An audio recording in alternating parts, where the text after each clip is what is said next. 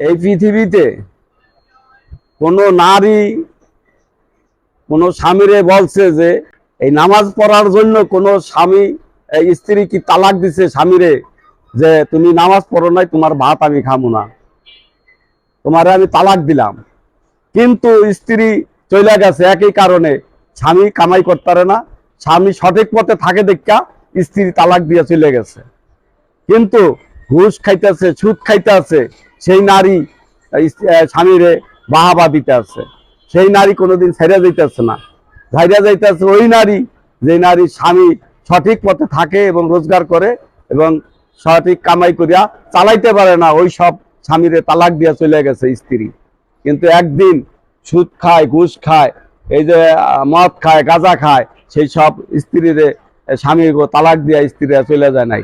এই জন্য জাহান্নামী হইল নারী, নারী হইল বেশি মানে জাহান্নামের দিকে ধাবিত হইব। হযরত মুহাম্মদ সাল্লাল্লাহু আলাইহি ওয়াসাল্লাম এই কথাই বলে গেছে যে নারীরা সবচেয়ে জাহান্নামী। সুদখোরের বউরা কখনো যায় না। না, সুদখোরের বউরা কখনো যায় না, ঘুষখোরের বউরা কখনো যায় না। তারা আরো বাড়ি গাড়ি চায়, বাড়ি গাড়ি দেয়, আমার বাহাবা দেয় যে না আমার স্বামী সঠিক স্বামী। হ্যাঁ, আর টাকা পয়সা দিতে আছে, বাড়ি করে দিতে আছে, সুদ ঘুষ খাইতে আছে, এই স্বামী হলো একের স্বামী। ঠিক আছে। আর যারা সঠিক পথে থাকে তারা স্বামী না, তারা হলো কামাই করতে পারে না, ছাড়িয়ে দেবো, এই ঘর সংসার আমি করবো না। হ্যাঁ, কষ্ট করে সংসার করে তার সচ্ছল থাকে, দিন পথে দিন আইনা রোজ খায় এবং সঠিক পথে রিক্সা চালাইয়া খায়, সেই সব স্বামীর স্ত্রী থাকতে চায় না, যে ও কামাই করতে পারে না, আমার ভালো কাপড় চুপুর দিতে পারে না, ওর কাছে আমি থাকবো না।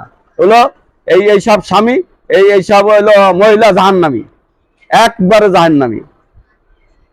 ধন্যবাদ।